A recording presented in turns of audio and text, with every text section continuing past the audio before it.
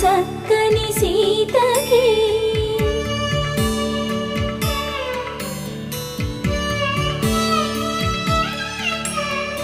ఎర్ర జాబిలి చేయి